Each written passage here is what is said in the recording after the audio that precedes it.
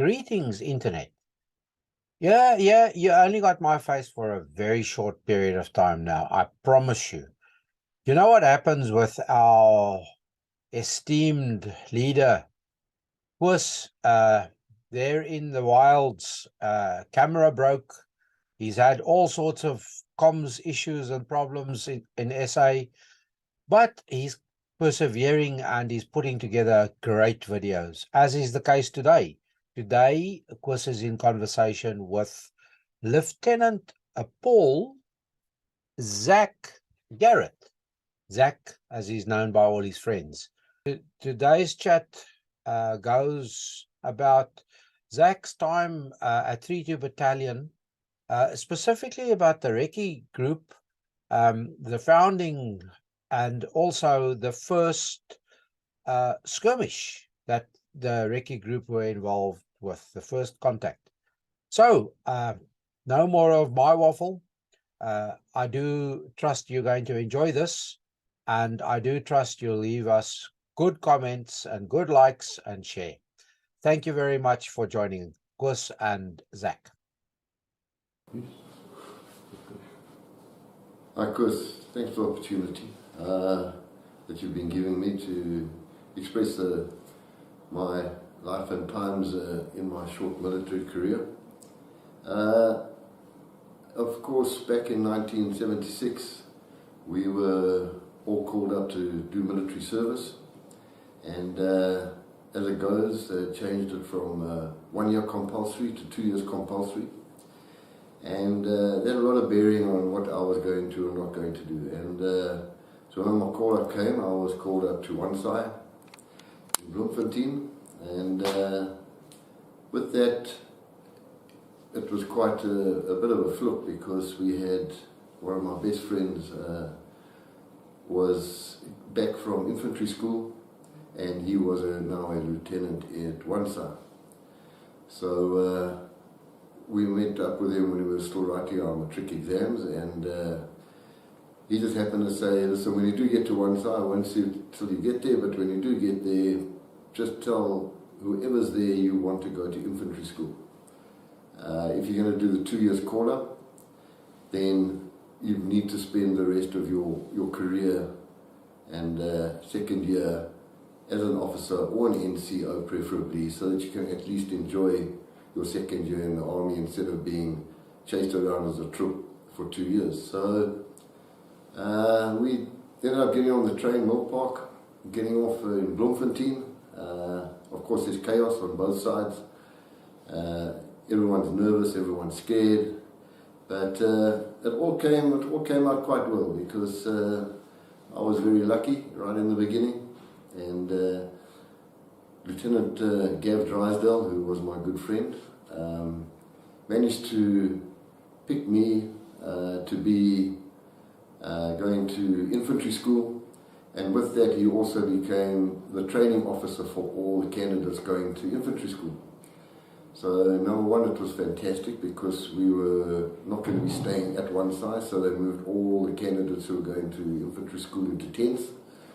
And with that, it means that we didn't have inspections. All we had to do every morning, instead of polishing floors, was just pull the blanket up over the sheets and the pillow, and that was that. So, you know, life and times as a troopie, wanting to go to infantry school after 3 months was actually quite a pleasure.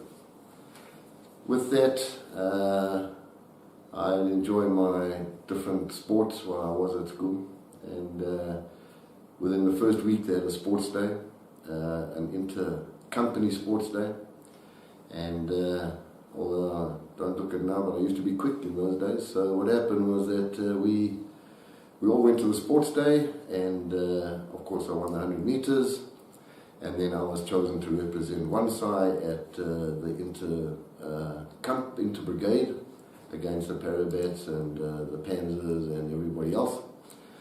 And there we had, about 2 or 3 weeks later, we had to represent Wansai, and there I happened to meet up with two, not friends of mine, but acquaintances, because we used to run against each other at different meetings. And he was at Panzers, and the other guy was at Parabats. So we raced against each other. On that day I came fourth. They just happened to be two of the quickest athletes in the country at that stage. And from that I was then chosen for the Free State athletics team, but only in the relay team.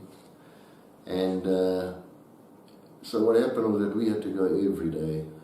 Unfortunately, at 10 o'clock every day we had to leave the parades and we had to go to the athletics track. So we'd stay there and practice and chat and rest until 1 o'clock lunchtime, and then we would go back to base at lunchtime and then go to do the afternoon drills. But every morning was an absolute pleasure from then on. We then got picked for the Free State team, which means we had to carry on practicing for another month until there was the interprovincial brigade athletics meetings. So yeah, it was quite a pleasure. And then of course we went down there, and then thank goodness we actually won the relay for the Free State. So that was great. And then that was just before I was shipped off to infantry school. But another good fortune of luck was that I used to play provincial water polo, and the Free State had never really had a water polo team, and word came through from other bases that there were quite a few new recruits that had played provincial water polo. So the thing there was that one person who was a senior, he managed to get hold of everybody who had played water polo and got us all together and organised that we would form a Free State Defence Force water polo team, but also be able to represent the Orange Free State if we managed to be, that good. And I ended up with a bunch of 12 guys, who was 11 in a water polo team, who were all provincial. So all of a sudden, the Orange Free State had an incredible water polo team. One or two people from the university came across who were also, quite good, I wouldn't say very good, but we had a formidable team, which was great going forward for Currie Cup and Kramer League. And the nice thing about that was that we had to go to the swimming pool every single day. So after lunch every day, I would then be packed into the Garratt and I would be shipped off to the swimming pool, which was an absolute blessing because of course all the university students use it, and we would then go play water polo for an hour or two and swim around and play and catch a suntan. So that was my early development in the army. So I had to catch up on all the other skills, marching skills and everything else, but I really felt it when I got down to infantry school because I'd had such an easy 3 months, and get down to school, caught a big wake up because all of a sudden there are inspections every day, which we hadn't had. I had to march and do courses and lectures all day, every day. But yes, I managed to really start enjoying what I was doing. And during the course of the year, it was established that in August, the whole infantry school would, as a battalion, go to the grens, to the border for the first time, and do patrols. And so, me being with Charlie Company, there is only one lieutenant and one sergeant, and then they've got you've got three sections in a platoon. So they had to make lance corporals, 2 lance corporals to head up the other sections, with the third section being the sergeant. So I was chosen as a lance corporal to lead the section, which meant that I thought, okay, this is great, because at least they feel I might be a little bit of a leader, and good things might come of it at the end. So we did our tenure up at the border. Unfortunately, we were makeshift lance corporals, so we had to do all the work, but we weren't allowed into the NCO's mess at all, which we thought was unfair. But anyway, it was one of those things where every company had 3 platoons and every platoon had 3 lance corporals. So as soon as we got back, they took the stripes away from us, and went back to our normal daily sort of routines of learning and training.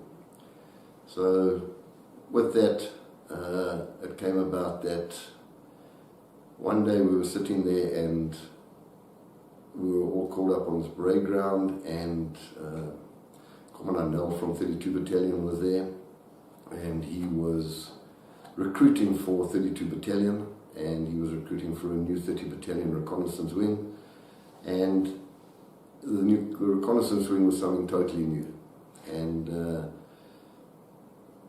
I hadn't heard of 32 Battalion before. I never should have shown an interest in the South African military. I knew about the Recces because everyone looked up highly to the Recces, and of course I knew about that, not what they did, but I knew that they were highly trained, highly skilled individuals and the elite of the Defence Force. So I didn't go and volunteer myself. I had a girlfriend in Cape Town, and I was quite happy being at Oudtshoorn, just down the road. But what happened at lunchtime on that day, some of the guys came back who had tried to be recruited, and they'd said that, listen, this is a great one, because if you volunteer, they will take you up there, and if you don't like it, they'll send you to wherever you want to go to. So I thought, oh, this is fantastic. So all the recruiting for the 31 Battalion, Recce Wing and Battalion personnel had been completed, and the positions were full. The 32 Battalion company positions of NCOs and officers were full, and there was one or two places left on the application for the Recce Wing. And I think the main reason for that was that you sort of had to sign there and then that you were now going to extend your 2 years to 3 years. So short service is a big thing. People who want to go on, study, do whatever, all of a sudden that wasn't that interesting. But for me it was an escape, because I thought, well, if I've got to spend 2 years extra in the army, or a year extra in the army, I'd like to spend 2 years in Cape Town at the castle, just around the corner from my girlfriend, and I'd be in the pound seat to be an officer or an NCO, and I'd be a very happy chap.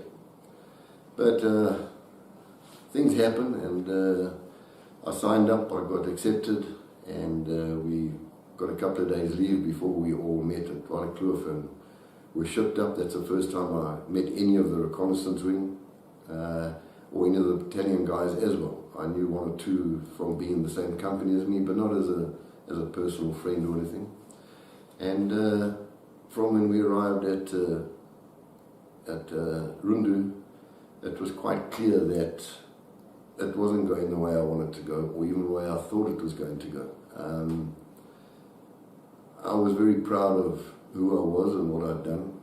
Just before I left, the major in charge of the company had asked me if I didn't want to stay behind, because they'd earmarked me to stay behind as a platoon commander and do my final year at infantry school training people. So suddenly I knew I was going to become an officer, where I thought, because I'd been a corporal during the little border excursion, that I'd be an NCO.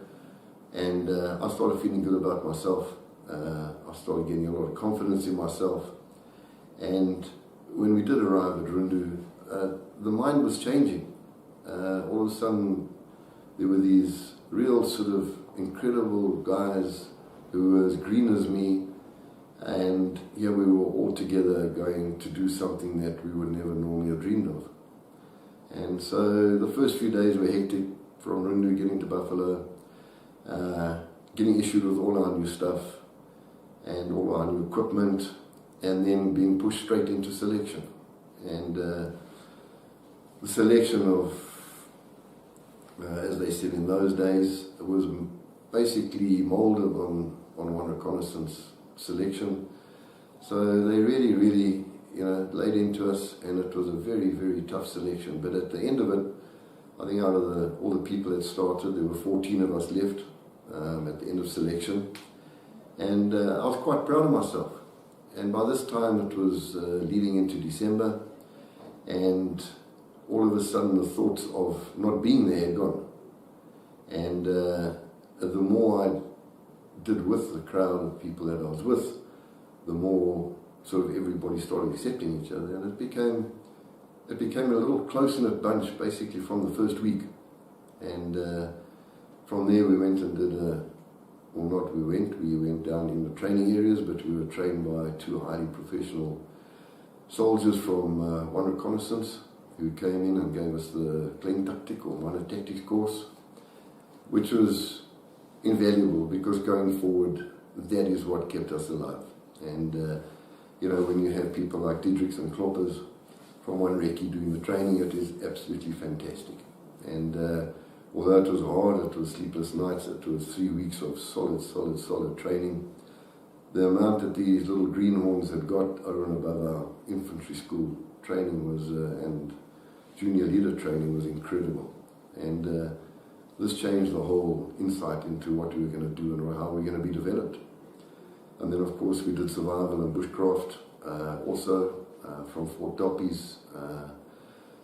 Sergeant Major Devaltebeer came, Corporal Faber, Corporal Toy, and we had 3 incredible weeks doing one Reconnaissance, survival and skills course.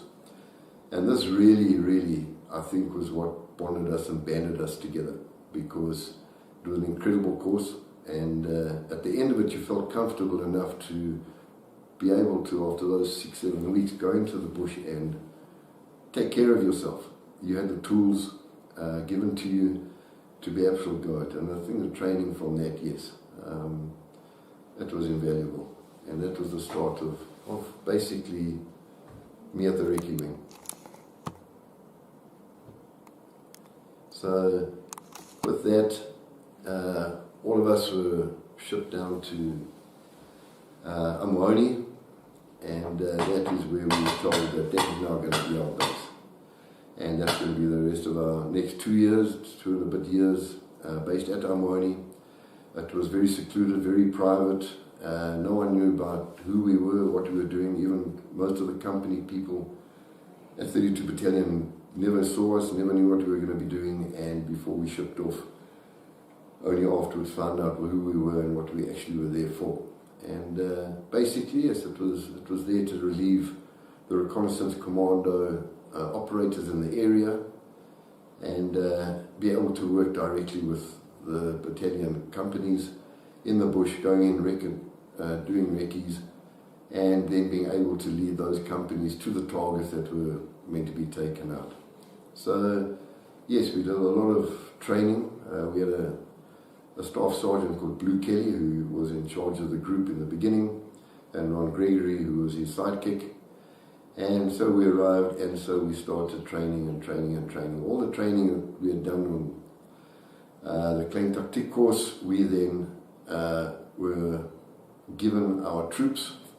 Every stick, a stick of 5 were made, and there was a lieutenant, a sergeant, and then 3 troops that had been volunteered from the 32 Battalion companies, and we then shared a tent, all 5 of us, mainly to create that bond, get to know each other, get to know your weaknesses, their strengths, but also at the same time it made us learn Portuguese very quickly, and it made them learn English very quickly. So apart from our lessons we did every day at Amwoni, which we had to do Portuguese lessons for an hour a day, we all picked up very quickly. So by the time we went into the first operation, a couple of months later, we knew our 3 junior personnel inside out, and we'd been training with them in all the things that you do have to train with to try and get your stick up to operational level and get these guys fit enough and up to operational level. So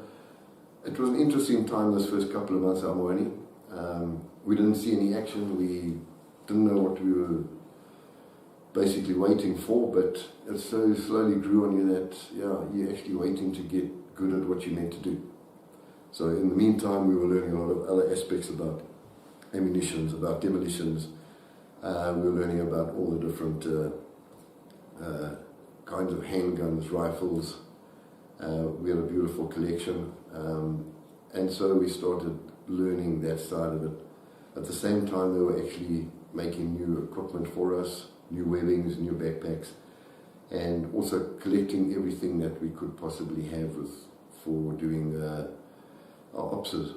And so then We had a lot of practice opses, walking up, going over the cut line, the yati as they used to call it in those days, and then coming back, trying to get our navigation skills right. Because unfortunately not everyone can navigate properly. You either have it or you don't.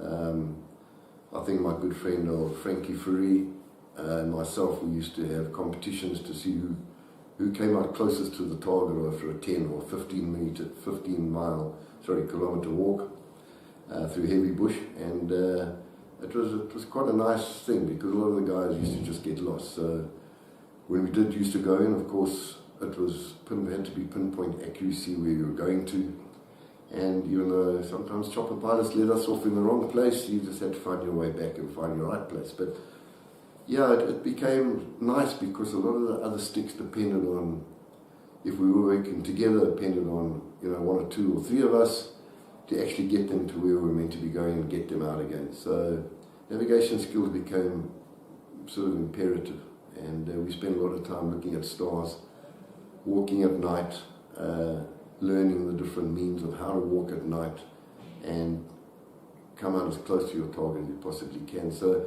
those 3 months were, so we found out later on, were sort of the best 3 months you could, because at the same time, the new troops that had come and joined our sticks, also, they were getting trained by us. And that meant that they had come in having a lot of war knowledge and fighting knowledge, but they had none of our knowledge of what we needed to train them going forward. So at least that respect was there automatically from day one, because everything we showed them, everything we did together, it was all new to them, and it was as if we knew everything already. So for them, they had the respect and they looked up to us from the word go. And although they did teach a few things once we were in the bush, which made a huge difference, it was fantastic. But after a couple of months, I was called up by Blue Kelly to undertake a reconnaissance mission, and with that, it's something that's sort of been with me for the last 43 years or so, and that is that we had put 2 sticks together, 12 people. We had put extra officers and NCOs in, and we had then launched our mission. And the mission was that in those days the swapper bases were sort of pretty close to the Southwest African border, and this is what all our missions were going to be about, because the companies would go in, they were close to the border, so they could walk in very quickly. We'd have wrecked the place, they could come in and attack. And there were a lot of bases all the way along, I mean from Beacon 28 all the way down to, I can't remember which beacon, but there was a vast spread of small swapper bases right the way across, infiltrating all the time into Southwest Africa, and this needed to be stopped, and that's what it was about. The recce wing was formed so that we could take over, work with the companies, do the recces, let them come in, let them clean out, and slowly push swapper back as far as we could. And I think the original mission was to try and push them back at least 30 kilometers, which means that if we were sweeping the area south of them, we would then be able to pick them up on our normal patrols, because all the companies were patrolling, I think, in excess of about 100 kilometers at that stage of borderline, and pushing them back means yes, it was an absolute pleasure. So that was the main reason and task. And just north of Amwani was they meant to be a small base. They didn't know how many people, no one had been in there, no one had been to have a look. So we were tasked to go in, but we didn't go in as a 5-man stick, and the reason for that was just in case we got into trouble, we had enough firepower and we were close enough to have air support to be able to get out in a hurry. If anything did go wrong, especially being the first mission. And so we had walked in maybe 4 kilometers, we took our first rest, and while we were resting we got compromised. There were 3 swapper people who came walking past us, and although we did try and hide as best we could, they did see us, and so at that stage, yes, we were dressed the same as they were.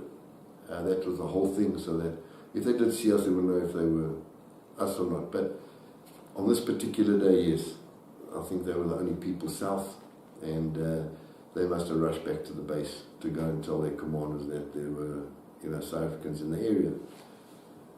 But even though compromised, we thought, well, we'll do a quick recce and we'll go up.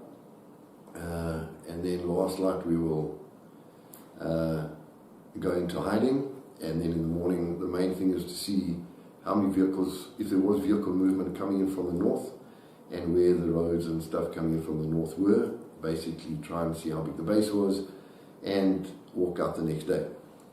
So it was quick in and out, and it was only 13 or 14 kilometers in. So, to walk 10 kilometers is 2 hours, 2.5 hours. But anyway, we had our rest and we moved up another couple of hours until I gauged that we were just sort of on the west side of the base, slightly north, but on the east side of the base.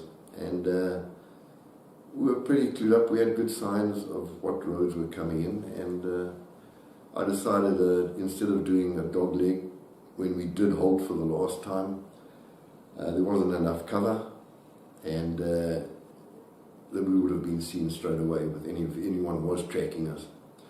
So I laid an ambush directly on the tracks coming at us, and what happened was that it wasn't even 15 minutes and there must have been 10 or 15 of them walking up on our tracks, and that, as the recce wing goes, was the first contact that we ever had in the group. And we managed to shoot 2 or 3 of them, and the rest ran away. We had a lot of firepower, but now what happened is that we were only sitting 2 kilometers from this base, and it was now nearly dark. So myself and the other lieutenant in the little mission force decided that we were going to, instead of walking out again, which we thought they might think we're going to do, is that we've been compromised, we're going to go straight back out. We thought we would go further, a little bit north, and then sleep there, and then very, very early, at like 3, 4 o'clock in the morning, 2-3 hours before sunrise, get up and walk from east to west behind their base, so we could pick up the vehicle tracks, and we'll know exactly what their positions are and their strengths were. During the night there's a lot of vehicle movement for the couple of hours that we were there, and then early in the morning we got up and we walked west. But just after about 1 kilometer of walking, we came across the north-south road they'd been using for their vehicles. But on the west side of that, it was heavily, densely bushed. I mean, it was really ridiculous, which means we were stuck because we couldn't walk south, we couldn't walk north without being compromised, and it was dark, but we had huck and steek solid, and we were just, by the time we'd gone that extra kilometer, most probably 1 kilometer took us about 2 hours, 2.5 hours. It was really getting light and we hadn't even moved 1 kilometer, and the clothing was ripped to shreds.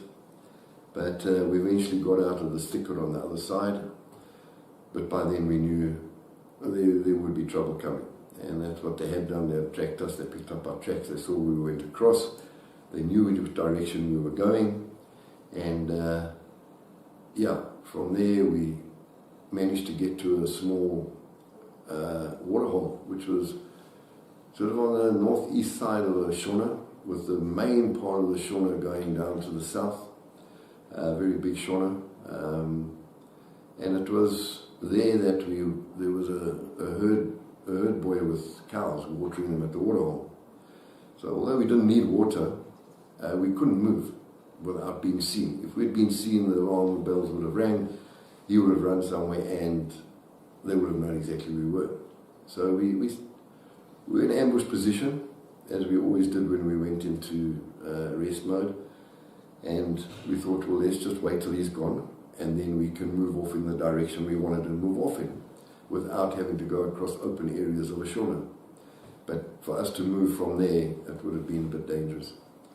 And it was about 20 minutes from sitting there waiting for him to finish his cows and moving off, that I heard a noise behind me, and I turned around, and as I turned around, there were 3 SWAPO not even 5 feet behind me, and they hadn't seen us. And I had Jasondo on my right, and I had Fritz and the rest of my team on my left, and then it was Dave Ledley and Gavin Feenstra on them on the right of me, going that way, and they were too far away to see what was happening. And then I just looked right, looked left, looked right, and I saw another maybe 20, 30 coming through the bush. And it was at that stage that the first person nearly stood on us, and I was the only one who had seen them, and I couldn't alert anybody without anything.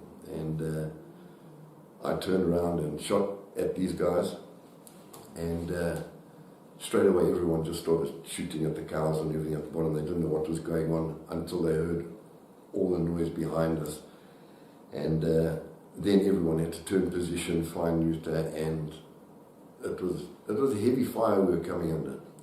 Unfortunately, Jasondo was badly wounded, and it was pretty hairy, because here we all are, never been in contact before, and we faced with this, and it was extremely heavy firepower. And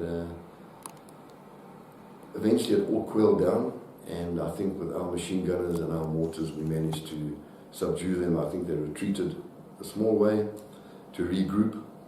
We had managed to shoot a couple of them and wound a couple, so I think they were a little bit scared on that side. But now we had Jasondo, who was wounded, and I arranged for 2 people to carry his kit, another 2 of the teams to carry his body, supported under the shoulders, and walk him out front, so that we would be walking at the pace of that and not leaving anyone behind to walk in their pace. And which at that stage I thought was the right thing to do, and today I still think it's the right thing to do, because at least then we could protect them, but also we could make sure that we weren't leaving them behind. Well, it was about 200 meters that we moved away from the waterhole in the sort of thicker bush there, which was in the middle of the Shona, and all of a sudden someone stepped out of the bush in front with an RPG and shot the RPG, and it hit Jasondo straight on. The 2 people carrying him were thrown away. I mean, the impact and the blows are quite heavy, so they also picked up a bit of shrapnel. Unfortunately, Jasondo's body was really blown to pieces, and we then went into shock. The teams of the stick on the right opened fire at these. There were only 2 of them in the bushes. We didn't manage to get them, but they just concentrated the fire into the area where they had been. But with that happening, what happened is that the rest of their forces now knew where we were, and there was another force from the south which we could then pick up moving up, which means that we had 100 people coming at us from the south, and we had 100 people now coming at us from the east, and we were 12. We were now 11, and a couple of them wounded, and so we speeded up to where we were going, and we ended up at the end of the edge of the Shona with very, very little. I think the highest bit of bush we could hide around was about 2-3 feet high, and we had to then now dig in and just try and wait for these guys. But there was one old tree that we stopped next to, and we managed to get the radio antenna up into the tree, and how we managed to do it, I don't know. We managed to get it up in the tree, managed to get comms to Amwoni, where there was a Puma and helicopters on standby for us, and we were in trouble. But HQ in Rundu was also listening into what was happening, and Blue Kelly was calling me Hot Stuff, which was my code name for that mission. I'd been chosen, my name was Hot Stuff, and I was known as Zach. So the other people who were on the radio were mentioning me as Zach, and the big brass at Rundu only knew me as Garratt. So there were 3 names on the radio, and eventually, after about, it seemed like ages, 10 seconds, this voice came on the radio and said, "Whoever you are, who is Zach, who is Hot Stuff, who is Garratt?" And I said, "Sir, it's the same person. What code name would you like to have?" I said, "Zach, please, sir." And he says, "Everybody, Zach." And that's where it stuck. So the code name Zach stuck with me. And yeah, all hell broke loose. My rifleman, my machine gun was had taken a bullet and got smashed. We were running out of ammunition very quickly. The person I put my machine gun right in the front line on the main route for them following tracks into, because that's where you need your maximum firepower. And when we saw them coming, we sort of ducked and waited.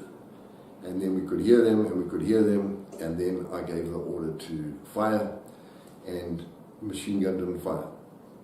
So all hell broke loose. They must have been about very close to each other, but there must have been, I don't know, at least 100 meters in front of us, fully covered, flat line coming at us.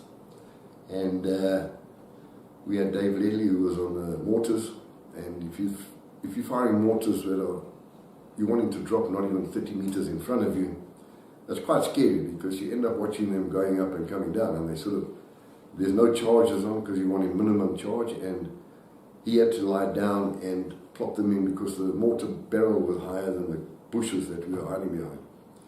So Dave did a fantastic job, but there was 1 or 2 I thought were actually going to land on us, but they didn't. And he managed to get the last sort of 8-9 bombs within 20 to 30 meters from our position, which meant they were just landing amongst the people or just behind them, which they had now firepower coming in front and they had bombs behind. And they didn't realize that we had no more mortars after that, but at least we had scared them.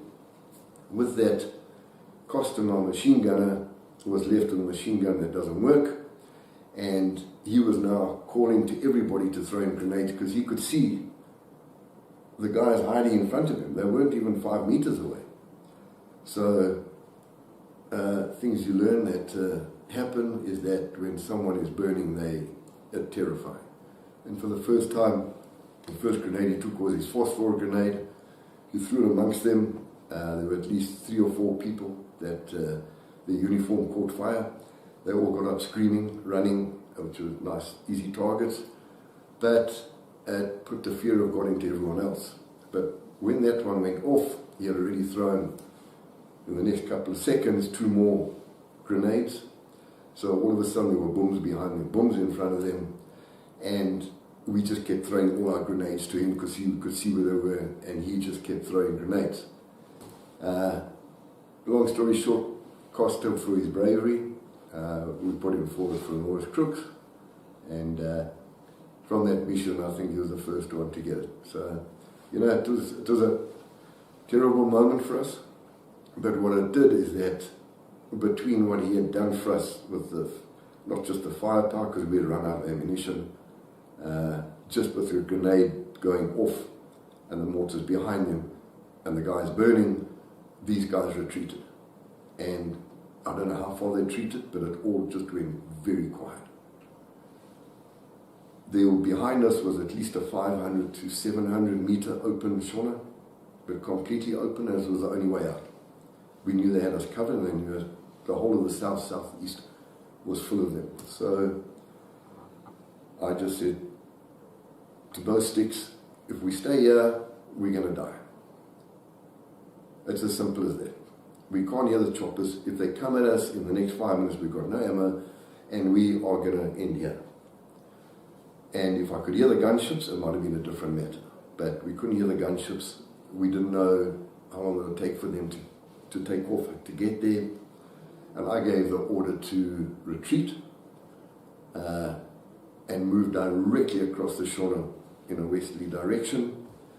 And yeah, it's one of those sort of miracles in life where not one shot was fired. You had 11 people walking in open, totally open, not even a blade of grass to hide behind. And for 700-800 meters, I think it's the longest 800 meters I've ever had in my life, but we had 3 people walking backwards at all times just to see if there was any movement, and then the others walking as fast as they could to try and get into some type of cover for when the Pumas came to pick us up. At least we would have cover and we'd have the radio up and be able to talk to them. So that was the main point. So get the radio there, get it up, and get half of the guys safe as they could. And then we managed to get all of us without a shot being fired across the Shona. And then we saw a couple of the guys moving to the area where we had been, lying right at the edge of the little bushes on the edge of the Shona. And at that same time, the gunships arrived. So we could hear them coming. These guys also heard them coming, because all of a sudden we were watching across the Shona what was happening, and we thought they might start bombing us in the area we were, because they were picked up our tracks. They were sort of looking where we might have gone. We thought they might start bombing us from where they were. As soon as the gunships could be heard, they just all disappeared in the bushes and ran, and which was a fantastic thing. But we were pretty hurt. We had lost one person. Jasonda's body, unfortunately, was never recovered. I think at that time, and it's something that's bugged me for years, is that, was it the right or was it the wrong thing to do? Because, we were always trained, you don't leave anybody behind. This was a tactic where we were, it turned out to be a tactic. We were low on ammunition, and we had to make the decision on the ground. We had this fantastic comrade of ours lying in absolute tatters from the RPG, and we knew we didn't have much time, we didn't have much ammunition, and we needed to run. We had to carry his pack out so we weren't compromised, and then 2 of us made a decision that we need to leave him there, but put grenades under the body, so that when the guys did come, they would see the body and hopefully move a part of the parts that were left. The grenades would go off, maybe hurt some of them, but at least they might be worried about what's further ahead of them. And at the same time, it gave us an early warning to know these guys are only now 300 meters away from us. And yeah, it was after we got down, had comms, that was the original, when we had to buckle in. Yes, they did move the body, and yes, the grenades did go off. How many people got hurt, I don't know. But it was that when the talking started, you could actually hear them talking, and a lot of people making a lot of noise in the bushes. And I think they were worried, deciding, are they going to go or not, and come and attack us. And it gave us that extra maybe 10 minutes, maybe 15 minutes. That 15 minutes meant that the choppers got there, thank goodness, in time. And at the same time, it gave us that time to get the radio up, get the signal through, get the message through. We were in big trouble. And I think that part of the whole retreat was most probably one of the most critical and important. Even though it was so terrible, I got to live with it. But it's one of those things, yes, we did not bring Jasonda home so that he could have closure for his family. But it brought 11 of us the time to be able to get out and tell our story. So it was a remarkable day. We got picked up by the Puma. The gunships had seen all the smoke of the targets, and they went in and tried to hit as many as possible people running around in the middle of that Shona, in the bush in the middle of the Shona.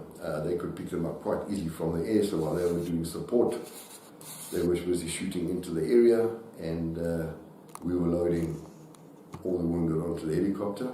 So unfortunately the stats weren't good. We had one dead, and 11 with wounds or shrapnel wounds, and that was the first mission I ever went on. So we knew from then on it's not going to be easy. If we didn't have the skills, if we didn't have the training, if we didn't be surrounded by the people we were with, we would never have got out of there. And I think it was mentioned in a book by Colonel Carpenter later on that the Recce wing was formed, and their first operation could have very well have been the Reconnaissance wing's last operation ever. If we had really got taken apart, I think, I don't know what to think would happen, but as he said, they would have had to rethink this because, luckily it was a success. Yes, we only lost one person, but one person too many. But I know the head count, from what we could gather from intel, was huge. For 12 people, and you've got a sort of 6 or 7, 8 to 1 head count. It was the first real big head count against the enemy, and that was only because we were retreating, not because we were going forward. So, when we did start going forward on some opses, yes, everyone watch out, because if we can do it when we're going backwards, watch out when we can go forward. So we came out the bush, got debriefed, and repaired ourselves and prepared ourselves for the next op. And from there, I think everyone understood exactly what was going to be ahead of us for the next 6-7 years that the Recce wing was involved, because that is what we did. And from then on, we learned from that first mission. We were much more selective, we were much more clandestine, we went in under darkness, we made sure our anti-tracking was perfect, and we really started looking at ourselves as operators to say, we now understand who the enemy is and what their capabilities are, and they can be very quick to regroup and to do what they need to do. So that side of it, yes, it taught all of the sticks, and with a lot of discussions, I think from there, yes, it put us into a new mode, and we were now getting ourselves more and more ready. And I think from then on, all the targets that we did do recce's on were successful, every single one. In the next, year and a half that I was there, I know every single mission had been successful, except for one which I'll get to later, but that was we had to go in and try and catch some people and take them back to interrogate. But anyway, it was called a snatch and grab in those days, but I think I was involved in one of them, and I think it's the only one that wasn't a success of all the missions that we did, because they were highly crafted. And I think the companies then got a lot of respect for what we were doing, and working with the companies, we, over the course of the next 6, 7, 8 months, doing different operations with them, and the companies managed to clear out that 100 kilometers and 20, 30 kilometers inside, and create a safe space for them to operate and to work, the companies to work, without being harassed by bases close by. So it was a turning point for the companies, turning point for 32 Battalion the next 6 months, and we worked so well hand in hand. It was fantastic. So, from that perspective, we did great things, and going forward we had fantastic opses, and it was just an amazing time. I think after that first op, Blue Kelly, who was in charge of the group, there were certain things said from him to others. I know that a couple of us have been put forward for commendation awards and that type of stuff, and when you're told no, that's their job, then he didn't take much fancy to that. But anyway, and Blue Kelly left soon after that, and then Frankie took over, as we didn't know whether it was full-time or interim, sort of operational, it's called headman. We never like to say it's a base commander, because no one has ever been a base commander at Omani, as far as I can recollect. We never had a base commander while I was there. We had operatives working as a team, and that's who we were.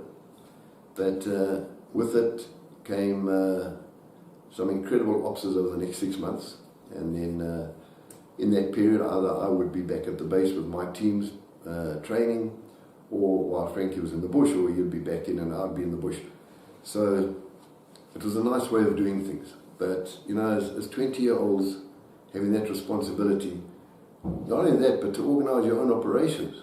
You know, it was quite a thing when you think back that here these little 20-year-olds are running around the bush, creating havoc and taking orders, completing missions, completing tasks, and successfully every single time. And you know, we were put on standby ops, we were put on work ops, we were put on fighting ops, we were put on all kinds of things. And we came back every time. And as far as I can remember, until Savati, which was a year later, that was the only person we ever lost in the Recce wing.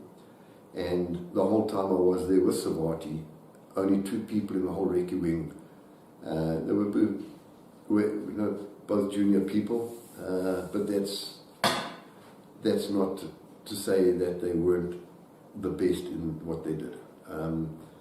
But there were no officers of the original 14, there were no NCOs ever killed in the unit. And it was quite a thing with the amount of work that we were doing, the amount of officers that we were on. So yes, it was an interesting part the next 6 months. After that, Willem Rutte arrived, and then of course everything changed. Being a fantastic soldier, having so much experience, coming from the SAS, we had lots to learn, and he was prepared to give us lots. And so the new phase of 32 Battalion Recce Wing came, and it was great working among him for all the officers. You know, I thought one stage he just targeted me because every op he went on, I had to go with him. But what a learning curve, what a mission working with someone with that experience, and it was just fantastic. Even though scary, because Willem's officers are very, very scary. And but you know, when you're with him, that you feel not comfortable ever, but you actually feel it's okay. We'll be going back, and because he will find a way out of anything and everything. So it was great working with him, and that's what happened for my last year up there. And we did a lot of incredible little missions, a lot of incredible big missions, and there are 3 main ones that stand out to me. That Willem, after Willem arrived. He had been in water ops with the SAS as well, and this is where some of our new light turned to, was doing water ops, doing reconnaissance via water ops. It was great because you can paddle in, you never get detected, there's no poor, there's no tracks.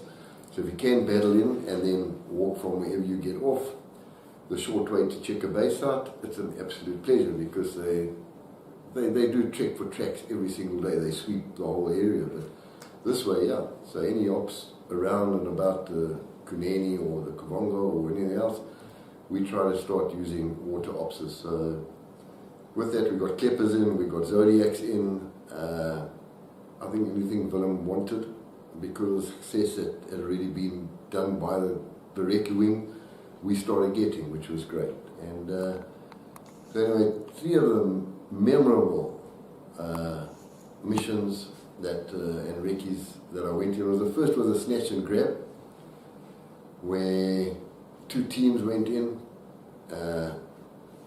and small teams to infiltrate 2 areas opposite Rundu, Garratt, and further down the road towards Buffalo. There was a place called Jericho, and I'd been on a small recce before to work out the airfield, the aircraft, and personnel sort of based in the base. It was an MPLA base, so the main thing was to see how big it was and were they actually harbouring SWAPO in that area. That's what we were trying to determine, but you needed to actually talk to someone. You couldn't see people walking around, determine who they were. They weren't. So what we tried to do was go in both areas and get someone out of the bases so that we could get decent intel into who was in the actual bases. So these little snatch and grab ops were put up, and they'd never been done before, and maybe the special forces, one recce, and then maybe had done. I'm not sure. I'm sure they did, but we were basically, as you could say, in their league at that stage. And you know, for us it was exciting, but also quite nervous, because you had to get across the river being uncompromised and seen. You had to get to an area, and then you had to go in without being seen and catch someone and come out with them. So it was a bit hairy, but it was exciting because it was something new to us and it was something achievable. Anyway, long story short, Frankie and his team, 6-man team, went in a Kalai, and 5 hours after they went in, they were very lucky that a small little band of Swapo came walking past them, and they managed to catch the last one and take the rest out and get back home for coffee before 11 o'clock. With me it was more complicated. We had to put our boats, our Zodiac, on the back of a Magirus. We had to then travel 60-70 kilometers down the main road towards Buffalo. We then had to make sure there was an area where there were no locals, which was very hard because the river frontage had a lot of locals. So if the locals see you on the other side of the river, you're going to be compromised. A signal will go up somehow. They've got spies all on that side of the river watching what South African troops do and our movements, and they send it either through bush telegraph or over to get the stuff across. But we had a steep climb down to the river. We wanted to get as close to Jericho as we could, which is a town and a base. And so it was a mission getting the craft down there, the Kleppers. And so then we crossed, which wasn't too far up. We were able to use the electric motors on the little Zodiac, and we managed to creep up the river. No crocodiles or hippos, thank goodness, on this one. But there were basically tunnels that go out of the river and up onto the banks. So that was quite nice, because the first one we came to, we went through, and we got all the way through the hippo tunnel. So it was very quick disembarking. We left someone on the land side once the vehicle had departed, because it stopped for a maximum of maybe 15-20 seconds. That's all we were allowed to disembark, and the truck to go on. It's like someone just stopping, getting out, having a look at the tire and going. So it wouldn't alert anyone to why there's a truck now idling in the middle of nowhere. So that was done brilliantly, and we wanted to get there as quick as we could after dark, and we found this passageway through. The first most probably couple of 100 meters was all sort of hippo and elephant tracks in old marshland, so difficult walking, very, very difficult to get across. But we were at least, I'd say, 100 to 150 feet below the town of Jericho, and the town was set back a good sort of 50 to 100 meters from the slope going from we were up to the town. So we were okay. We were under darkness, and there weren't any, what we could gather from our OP posts, observation posts, there weren't anyone really watching from that side what anyone was doing in the valley below. They were watching the east, because UNITA was on the east, so that was their main concentration, but nothing on the south where we had infiltrated from. So we decided to walk straight up the hill, which was quite a climb, but we were packed quite lightly because we weren't going to be staying there, so it wasn't carrying huge packs. Very light, very maneuverable, and so we went in. We'd sort of known the town, or I had, and the layout, and there's a main road that runs directly north to south from the runway or to the edge of town, and then there's one on the south side of town. It's like one of those old Portuguese seaside places where it's double lane on both sides of a big island, and that ran east-west along the bottom of the town. And so we got up the hill, and we managed to creep onto this road section, and there's a nice sort of foot to 18-inch little wall thing for the island, and we managed to settle down behind that just to get our breath back and just to check out the lay of the land, and see if we could see anything, hear anything, and from there make a decision of where we were going to go. The main thing was to try and wait until people either came out of their house to relieve themselves, or out of their house to go back to their home. Somewhere someone was going to leave a house and move on. And it was very quiet. There was a bit of, you could hear chatter in different places, but further up from where we were. So we leopard crawled along a little bit, would stop and look up the next sort of passageway, little road thing, wait to see if we could see anything, and then we moved about, I don't know, over a space of 20 minutes. We moved about 50 meters, 60 meters. so that we could try and look up this main road that went up through the town to see if we could see any movement, because it would be very easy to walk past the last houses of the bottom section of the town and walk up the west side, which there was no activity. Everyone was watching east, and that was, we would say, if we could see movement in town, then we would walk up on the west side and then try and take someone from there. So the angle was always from the west, but we needed to try and pinpoint where these people were. And I remember sitting there, and we moved a little bit forward and then a little bit forward, and we couldn't see or hear a single thing. But there was about 50 meters ahead of us a small one, the first house on the block, and the door was open, and we had watched it quite intensely to see if we had seen any movement, because that would have been brilliant if there was someone in there, just to, you know, attack, grab the person and run down the hill. So we had been intense in our observation of this open door, and all of a sudden on the open door there were 3 lots of traces being fired at us, solid traces. So it wasn't as if there was 4 bullets, 1 tracer. This was just solid traces, and luckily 2 of them were shooting over our heads. I had a guy with me called Sergeant Manuel Gasper, who had been seconded to the wing. He was a demolitions expert, and he was fluent in Portuguese, and he was Portuguese, yeah, from Portugal, and he was a brilliant soldier. And I think the way I look at it, he took one for me that night. His arm happened to be right in the middle of the way of my chest. And when that tracer hit his arm, basically it pushed his whole arm and him back into me. And if his arm hadn't been there, then there was no reason for his arm to be there. He should have been lying down on the ground hiding. But for some reason, he was kneeling up, trying to take aim at whoever was in the house, and he took one in the arm. Well, they intensified their fire, and then we started doing, we were being compromised, so there's no use of sticking around anymore. And so we started doing, you can't call it buddy-buddy, it's a matter of 2 of us stayed behind and gave heavy fire into the house, which stopped them a bit, while the other 2 managed to pull Manuel out and help him down. He was more in shock than, yes, his wound was very bad in his arm, but he was more in shock than anything else. So they managed to haul him down out of sight over the little bank. It was probably about, we had to run about 30-40 meters to get out of the line of fire where it was above our heads. And then what happened was that those 2 guys then started piling the rounds into the house, so we could then get out and over the road.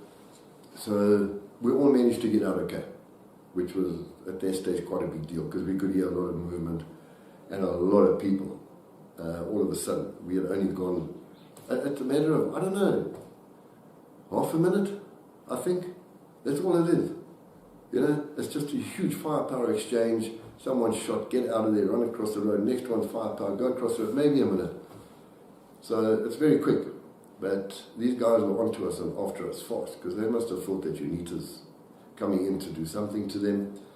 Because, you know, no one from our side would ever dare go across to their side and do something like that because of the certain arrangement that we had. But, yeah, and I can remember the 2 team members picking up Manuel, going in front of us down the hill, stumbling, falling, rolling. And I can remember that the firepower just started intensifying, and the tracers were like a sheet above us. The poor guys on the other side of the river, because the bullets would have been hitting the houses and the stuff on the other side of the river, the way they were shooting. And anyone on those banks on the South African side would have taken a few holes to their ceilings, I think. But yeah, it was huge. And we were just running as fast as we could. But going down the hill, I remember that some of that firepower in the beginning had come down. I got knocked off my feet completely. I didn't realize what I thought. I tripped, but I went tumbling all the way down 20 meters of hill. But so we ran. The guys waiting at the water for us knew that we were in trouble. They were in contact with head office or with HQ, and they then knew we were in trouble, so they dispatched the guys out to come and help us or fetch us, whichever was the worst. But we got out pretty quickly that we were being hammered in Jericho again. So yeah, anyway, we all managed to get out, and took Manuel through. He went through to hospital, got patched up, stayed in contact with him for years afterwards, but he worked with us for a short term after that, and yeah, it was one of those operations where, you know, it was just something new, something that no one had ever done before. We were successful in one, we were unknown in the other, but nothing was lost, and we learnt a lot, and we actually learnt a lot about the town as well. So when I say that, I mean I learned to hate the town. So they knew who I was, they knew Zach, and I hated the town. So anyway, which leads me to the next operation, which was Willem asked, there was a bridge on the Kuneni that needed to be blown, but we needed to practice on a bridge closer to us. And the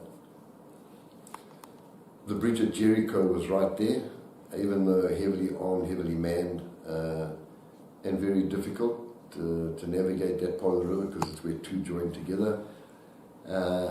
It was the safest way, the shortest distance, and going to be the easiest way we could go in and get the job done, because we needed to know, did we have the expertise?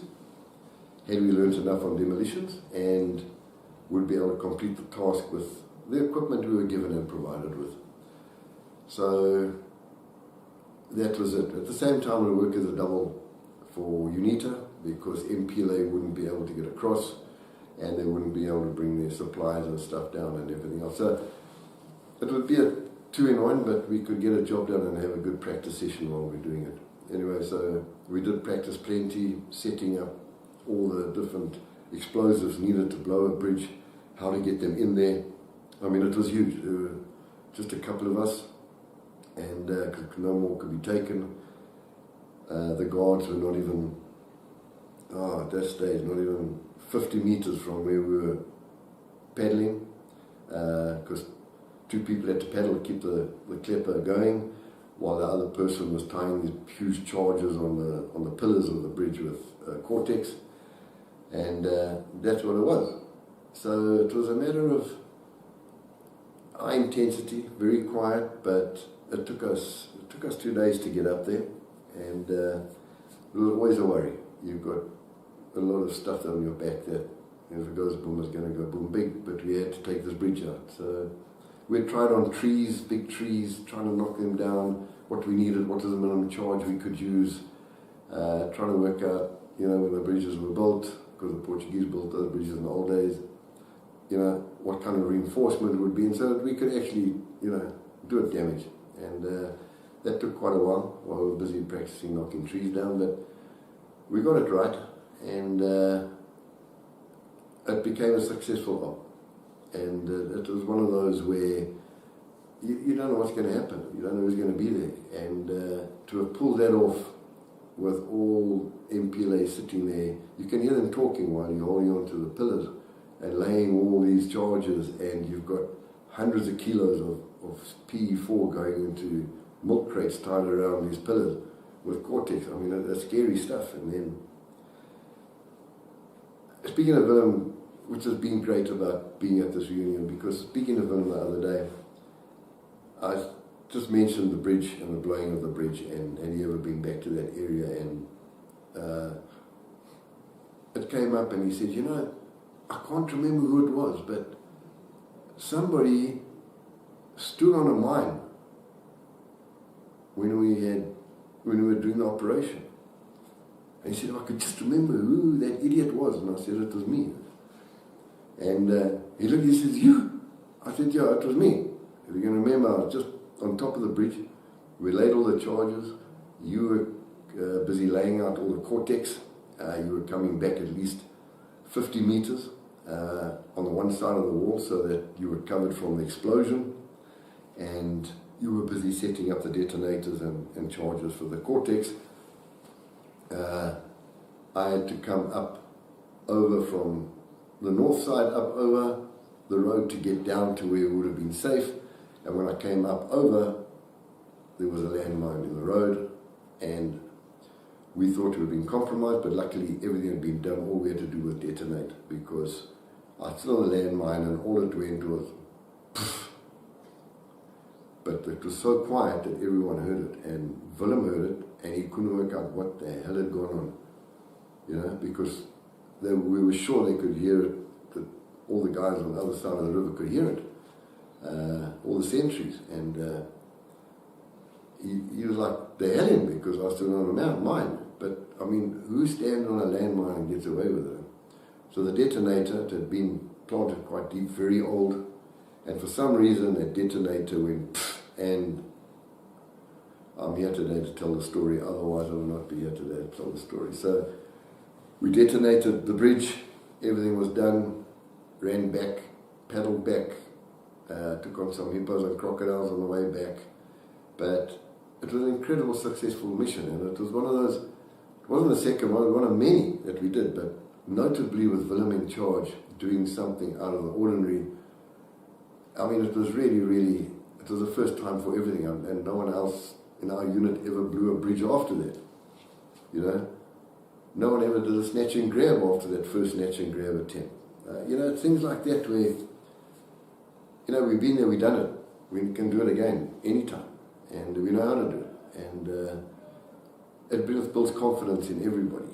So I got my revenge on Jericho and all the people in Jericho for hurting my buddy, and that was great, because when we blew the bridge I thought, yeah, now I got you, and you can run around there and do whatever you want from now on, but we got you. So yeah, and then the third one under Willem's command was we had to go and recce a place called Okitali Kongwe, and only after the first night did we find out what Okitali Kongwe means. But we were flown in. It was a huge mission. That was for an airstrike, not a land strike, so it was bringing an airstrike. We had never brought in an airstrike before, not in this magnitude, and it was quite fascinating, because we were all transported in 4 Pumas, and at night they had to have a 5th Puma with them for refueling, because otherwise they couldn't make it back out. We were that far in, and we had to be dropped way north of the base, and then walk south until there was a good road pattern up there. We were so deep in, there were like proper roads, so we knew basically from the air photo that we were in the right place or not the right place. So it was easy to determine that where we were and, you know, what we were doing. So we were dropped just about dead right in the right place. The Pumas were spot on. And this place, the mission was called Okitali Kongwe, but we found out afterwards why that area is called Okitali Kongwe, because it's called Home of the Lion. And anyway, we got dropped off, it must have been about 9 o'clock, 10 o'clock at night. The whole rest of the Recce wing went 30 k's north of us as a fighting group, and they would then walk a day. They would pick up our tracks and they would walk a day behind us until we got to our objective. That being said, is because we couldn't get signal from where we were to anywhere, and they couldn't put up a teltar in that area anywhere near where we were. So they were there to say, the shit's at the fan, okay, and there was someone to tell the story if there was nothing of us left. And if the shit hit its fan with smaller groups, at least they were, 10 hours walking away, they could come actually help us. So that basically was about. And so anyway, the first night was not a joke, because we were in the middle of beautiful wilderness area, and we knew we were in the middle of nowhere, and there were no bases anywhere near us. And we had this captive that we had managed to capture a couple of months before, and he was from the area, and he had actually worked in the bases there. And we took this prisoner of war with us, on the condition that, I think on the condition that he'd be released if he could take us to the exact location and the exact thing, and his information he gave us was right. we would then let him go back to his family in Angola. He wasn't, I don't think he was SWAPO, he was more MPLA, but it was one of those things, take us there and we'll have a look. But anyway, so what we did was we found a beautiful big tree. There was just 5 of us, a huge tree to lie under for the night. And so there's no dew, and there's a lot of little saplings, so if we all put our heads back to the tree, we could lie there and take turns doing guard without having to get our sleeping bag or anything. We could just lie there against the tree and we could knock each other for the next 2 hours, 2 hours, 2 hours until we finished taking all our guard duties. But the person that we had with us was tied to saplings with handcuffs at the bottom of our feet. It just made sense. You're looking that way, so he can't get things off from a tree, and if he needs to relieve himself, then he's on the bottom of us. He can just kneel up and do whatever he has to do. So he doesn't have to really be anywhere near us, but the closer the better. Anyway, it wasn't, I don't know, 20 minutes. We were all just tucked in. We had a little bit to eat. We were just tucked in, and all hell broke loose. When I say all hell broke loose, I mean it. This guy woke up. I'm trying to remember his name, and I can't remember what his name was. But anyway, this prisoner of war that was with us, he woke up with a little lion cub, smelling him not even 2 feet from his face. So he looked up and he has this lion cub in amongst these saplings looking at him. So of course he's tied to the tree, he can't go anywhere. We haven't seen it. All of us are just, it's like nodding off. There's one person on guard duty and this guy jumps up and starts screaming. So Willem hasn't seen what's going on. I suddenly looked through past this guy and then I saw it in the air. Willem still hadn't seen it. And what happened was that when this guy started shouting, the cub ran back out, and with that the lioness came flying in. But it hit those saplings, it was full on. It was, the noise was so scary. It's worse than getting fired at, I promise you. And this lioness hit it and like bounced off these saplings, and then just hit it again and bounced off and just kept coming.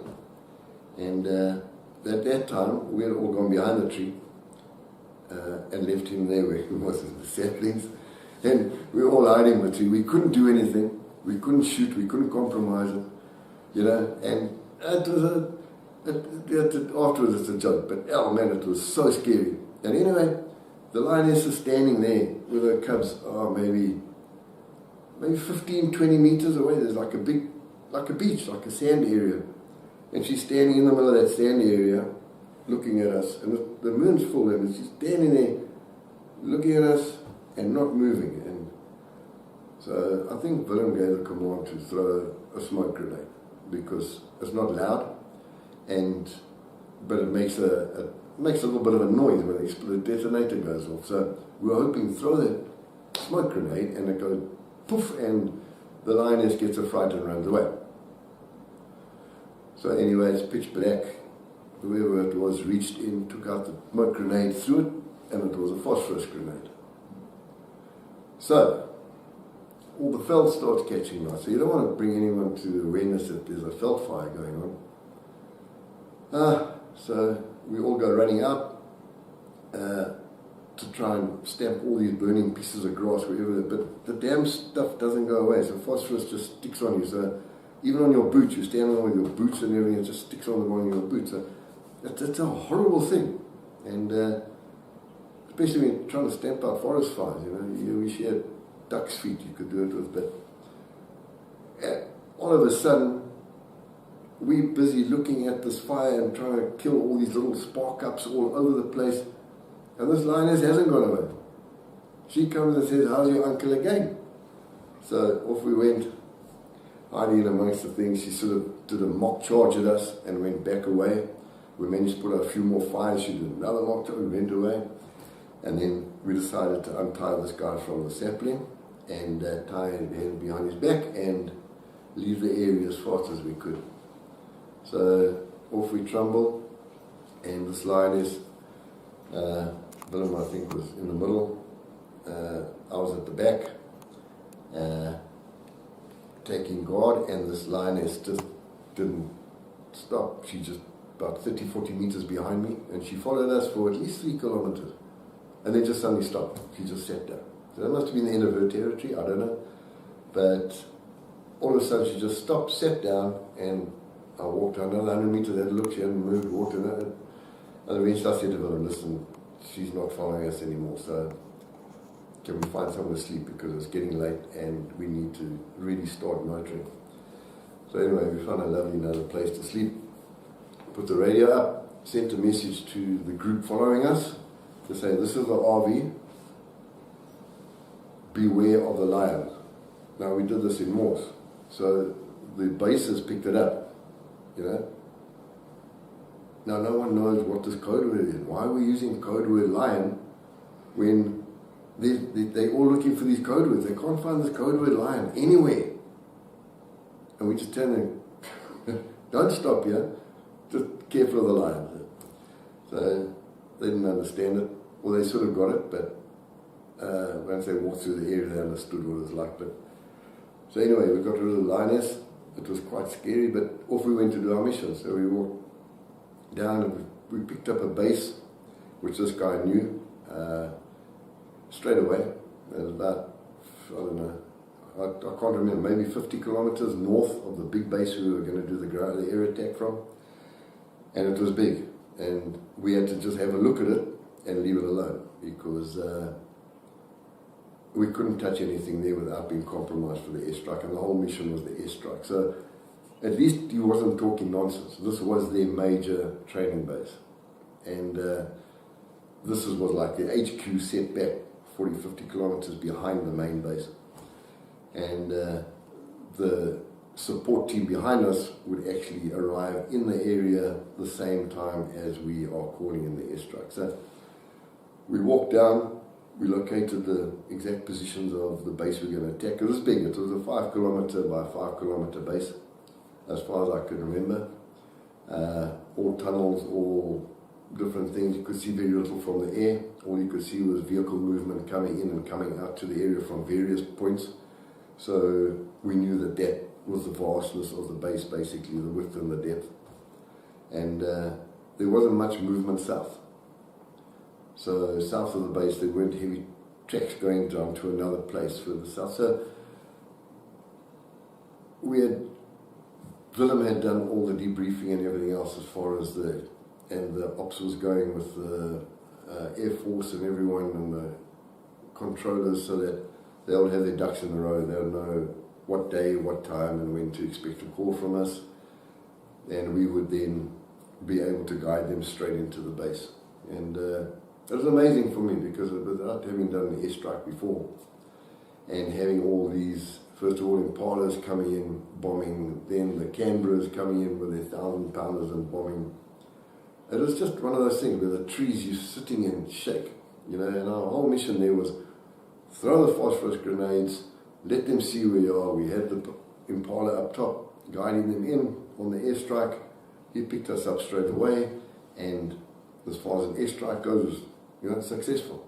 Like the Buccaneer pilots said, I overheard them on the radio, because the Impalas were based, I think, on Dungwa or somewhere, and the Buccaneer pilots were based at Waterkloof, because they were long range.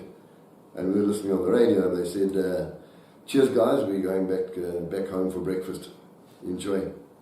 Which meant that they came, they dropped their 1,000-pounders, they turned around and off they went back to Waterkloof to go and have breakfast. I mean, and there we are, stuck. Anyway, what was amazing was that they dropped off 3 Hercules or Parabats. I laughed because I shouldn't laugh. It's not funny, but that base was 5 by 5. And 3 companies could not find that base. Anyway, let's just leave it at that. We knew where they were dropped off. We knew where they parachuted in. They were dropped directly west of that base. All they had to take a compass bearing, it was like 100 degrees, and they would have been straight into it. They never found that base. Okay. If you can't find where 1,000-pounder bombs have landed all over the place and 250-pounders, then we might have a small problem. But anyway, it wasn't our problem. They were there to clean and sweep and get as much stuff as they could out of there. They didn't get much stuff, so they're carrying light on the way back. Their commander would have made them walk back all the way, but I think he did maybe. But we were then picked up, we were then airlifted out of our tree, and we went north to join the other sticks and to go and find that training base. Anyway, with all the happenings over the last couple of hours on the airstrikes, there was nothing at the base. They had gone, but they left everything behind. I think when those 1,000-pounders hit there, they just ran. It wasn't even funny. There were cups of hot liquid, still hot. I mean, it was there. The fires were all still going, but the amount of info we got that they left behind, manuals on weapons, instructions in all Russian, in Spanish, it was quite amazing because they were all there. Just so much info.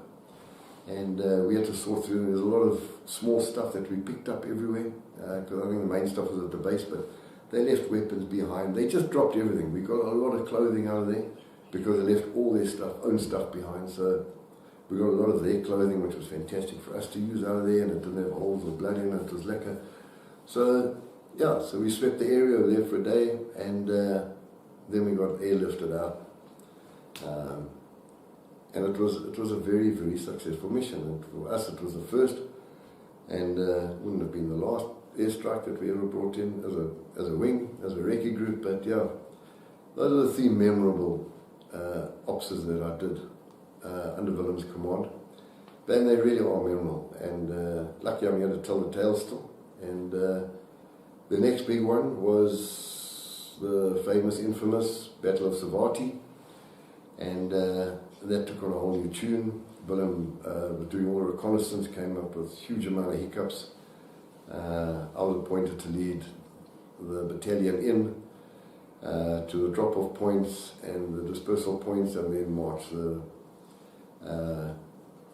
There were 10 sticks of 3 personnel each, of stopper groups, and I would then take them up north of the runway, deploy them all into ambush area on the roads, and then also straight on ambush areas going all the way down to the river. But anyway, Savati is well documented. It's very different. There's been a lot said about it, and from my perspective, very, very scary, because what happened was that after a couple of hours of bombing and shooting and destroying and carrying on, what we thought might be 200-300 people in the base turned out to be 1,000 plus, and all of a sudden these 30 little guys hiding in the bushes as stopper groups, we suddenly had 400-500 people in vehicles on foot coming out that base straight at us. And I know that the one radio man, I think it was Peter Lipman, got hold of the TAC HQ with Falcon there, and I can remember specifically he was saying there's just hundreds and hundreds of people coming at us. What must we do? And of course the commanding officer says, well, you stop a group, stop them. And you know, not realizing that the scale that was coming down on us. And it all turned out that at that same time we were very lucky, because the groups all came and started helping each other, but we only had so much ammo. And the groups from the outside, I mean, they had to run nearly 1 kilometer to come and help us. And because we just needed maximum firepower to try and keep these guys down in that bay. But at the same time, our good friend and one of the best operators ever at 32, Charles Muller, had been killed, but they couldn't find his body. And although the whole mission was meant to be without air support or ground support, the one little Elouette that was on standby, they called him in. Luckily it was a 20mm gunship, and they managed to call him in. And I think that's what saved all of us, because we would have been wiped out. We were running out of ammo fast. We had nowhere to run. We couldn't run backwards. We couldn't run sideways, and there were too many crocodiles in the river on the east, so there was nowhere to go. And this gunship came over the rise, and we didn't know it was being put in the air. We were, we had said, please, we need help, we need air support, we need anything, just please. But the companies were so stuck under fire. And Willem even recalls just watching the mass leaving town from his vantage point where he was on the other side of the river after his recce, watching that mass coming down on the 30 little oaks at the end of the, at the end of the line, and thinking, they're not going to make it. And it would have been the whole recce wing wiped out in one shot.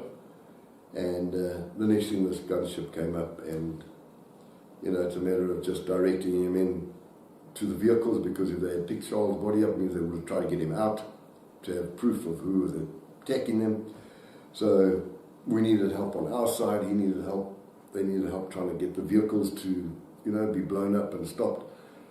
And when that chopper arrived, everything turned, the whole lot turned. All of a sudden they were running, the chopper was just mowing them down from the top. They were getting eaten by crocodiles on the riverside, they were getting taken out by us on the east side, on the west side, and the vehicles were getting hammered. The commanding officer got all the buffles, I think it was, all 4 buffles. He formed a fighting force chasing all the vehicles out of there. So all of a sudden they were just thinking they were running away, but the attacks, they were now being attacked. And we didn't stop attacking for the next hour until they had all managed to get away, got eaten or got shot. So yes, there were huge casualties on our side, which was the second person. One of our machine gunners was shot in one of the stopper groups, and it was a sad day because he was really, really special. He had been operating with us for a year and a half, but a really special guy, and he had taken his life, and then the rest of us were okay through the grace of God, and we don't understand how or where or why. We just been so lucky all these times, getting out of impossible situations, and unless there's big interference from Big G up north, there is something, because to come out of there unscathed was unbelievable. And then it was the end of Savati, and then after that there were quite a few opses and minor operations we were doing all over the companies, which was fantastic. And then in basically August, there was 4 or 5 months of my tenure to go, of my 2-year extra service, and that's when the previous year Gavmon and I had been tasked to go and train all the new officer and NCO recruits, and then every so often we'd go through and retrain some of the companies that were out of the bush on standby. So I went through, and the new recruits, I think Gav was in ops, I went through and the new recruits were there. These were all young FNLA recruits that had walked down and got jumbled up, or had grown up in Buffalo over the last 6-7 years, under Bravo Company, and become men. But I had this wrangle-spangle group of like 60 guys who all wanted to sign up and become Buffalo soldiers. And I was tasked to now get these people battle ready to go into platoons within, I had 6 weeks to try and do it. And then at the same time, in that time, then the new officers and NCOs would be moving in, which would mean that I would have to do all their integration into the companies, all their training. So the last 4 months I spent in Buffalo. I wasn't in operations. And we had a lot of water training, a lot of demo training, demolitions training. But I also got to know all the other side very well. We never really, we'd talk to them on the radio and meet them every so often, but those 4 months living in the recce house in Buffalo, or otherwise being stationed in the recce tent down in Lekahuki, which is the corner of the Okavango River and the Botswana border where they meet Southwest Africa's Caprivi Strip. That was called Lekahuki. That was our training base, and had fantastic times down there. But that's where all the training was done. And but just to get to meet those special people that had always been there in every operation you could ever think of and you could ever mention. They were always there. So it was the Jumbo Lotterings and the Tony Nienhabers and the Baby Orr Corbett's and the Jim Rosses and Julius Kranz's. These guys were all some captains, some full lieutenants. By then we had been made full lieutenants, which was quite nice. It was much easier to get on with them, number one, but also have the respect straight away from the guys coming into training, because you weren't just another person who thinks he knows what they're doing. And so when the officers and NCOs come in, you already, they already know they're in trouble. So yeah, we had a fantastic time, but I had superb time getting to know all the Buffalo platoon and company operators, the sergeants, staff sergeants, sergeant majors. Major Eddie Fullen was there, who we all just looked up to regardless. That was one of those, Major Fullen was Major Fullen, and as an operator, as a base commander, as whatever, he's just one of the greatest people I've had the opportunity to work with, to meet. And it's just really, really special to spend that time at Buffalo. And we got to know, plus Sam Heap was there with his company. Well, Internet, I must tell you, I think the man deserved his first name, hot stuff. But there's quite a few things we need to ask him. The first question would be, why are you people calling France for Frankie? He said to me the other day, you haven't heard that nickname for 42 years, 43 years. You can just tell us what happened? Of course, it's one of those things in life where when you've got Afrikaans people together and English people together, things happen.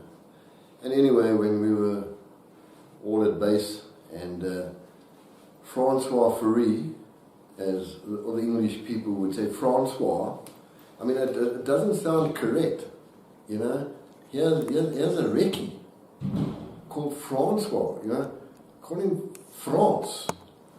And us, what do you call us? Engelsman, Soutpiele, ek weet nie, Rooineke, ek weet nie. Maar we call him Frankie, because Frankie fitted Francois. Instead of Francois, we call him Frankie. Frankie is a lekker name, and it was easy to remember, and it just caught on. We were sitting in the pub one night, and it just happened, and Frankie was forever. And 43 years later, Frankie's still Frankie. And he will always be Frankie to us. He won't be Francois or France or Free or anything else. Frankie's Frankie. Thank you. Yeah, it was enjoyable. And for the first time ever here on Legacy, we're wearing poppies. Now I'm sure you guys know why. We know it comes from the First World War, the field of Flanders, all the casualties in the First World War. But today is the 27th of March, 2023. So this is not the usual day where we would be wearing such type of poppies. So I have to ask you, can you explain to us why we are wearing poppies? Of course, thanks for that. Yeah, we all together here as Amwani soldiers, Amwani recce's, Amwani recce wing, and it's one of those things where it's going to happen once in a lifetime, and I think this is the first one with just recce's to get together to chat about what we did, catch up with old friends, reform those bonds, and it's just amazing. And it's been a most incredible week, but today's the last day that we are here, and unfortunately it's one of those days where in history, years ago, Phil Smith lost his life. Phil Smith was with recce's, with the recce wing, and we here to honor that soldier who's now fallen.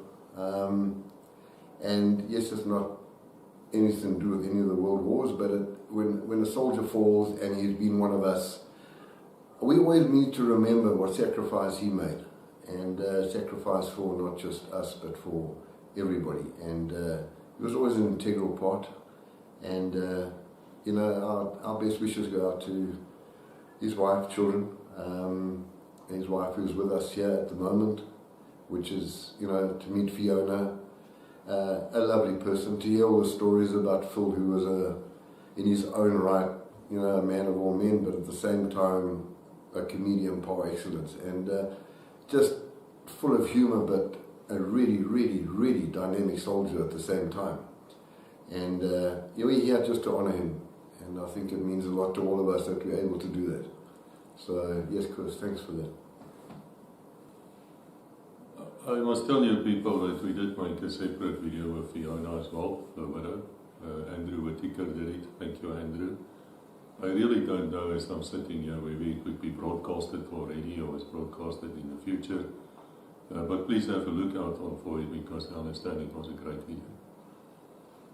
Now, talking about great, you know, it's a funny thing at Legacy, we speak to these young soldiers, and then we realize actually that life has moved on, and they've done other things in life. And I understand this fellow here is in Coffee Bay, there where the hole in the wall is, which is a place I visited on honeymoon with Rebecca a couple of years ago. Brilliantly beautiful. It's really, it's one of those places in South Africa on the Transkei coast you really have to go and see. And he's running a restaurant there. So now I'm going to ask him about his restaurant, because I'm sure if you're in the area and you want to know more and you want to just to go and say hi, then guys, please do so. We're going to leave the links here below as well as in the description. And once you are there and you drink a beer and you talk about the old times, think of me as well. Oh, thanks, Chris. It's been a great journey for me since I left the army. I've been running restaurants and resorts all over Southern Africa and East Africa, which has been a really, really super experience for me and my family. Hard work, yes, running resorts, managing resorts, and it's been a lovely journey, and it's taken us to great places. But I now find myself at what I call the end of the earth, Coffee Bay. After that, I don't know if Australia or Antarctica is closer, but to me it's the end of the earth. You know what I mean? It's there, but it's the whole feeling about what is there. And although I was sent there to manage the Hole in the Wall Resort for 3 years, I had to take early retirement when I turned 60. And being us, we can't, you know, COVID came along 2 months after I was retired, and then we decided to do something, and that is we opened a small little restaurant, my wife and I, in Coffee Bay, and it's called Zach's Seafood Kitchen. I specialize in seafood, which is fantastic. I make pizzas and burgers and stuff, but seafood is what I'm good at, and I'm really good at it, and I love it. So I'm semi-retired. We live in Coffee Bay, got a lovely little cabin, not a cabin, a beautiful cottage on my daughter's property. We also live down there. So close to the grandchildren, but I'm only 50 meters away from where my little restaurant is, and which is 50 meters away from the beach. So, you know, it's one of those lovely places where to relax, to enjoy, and I'm loving it. It's semi-retirement. I fish in the morning, and I cook in the afternoon. And I used to pay a fortune every year to go on holiday and do that. And now I do it every day of my life. So yeah. You know, if anyone's ever in the area or coming down, what a pleasure it would be to meet them and catch up. But it's lovely, and I'm enjoying every minute of Coffee Bay. So yeah, please come visit us. You know, I'd love to chat to somebody who's you know, either there's a bit of history involved, or just wants to know anything, and it's been marvelous. Thanks. Wow, I'm a little bit worn out, because this has been moving. This has been truthful, honest. This has been challenging, because it challenges you when you hear a man say at the age of 20, he had to run around and make decisions on the ground that affected the lives of others and potentially his own life. Well, obviously his own life. Moving when he recounted that first sets of skirmishes, the first contact, that first mini war, really it was. To lose a comrade in arms, to lose a friend, because that's what they were. small teams operating. That first one, as he says, he learned a lot. Zach, I thank you very, very much. Of course, you asked some interesting questions, especially the one about Frankie.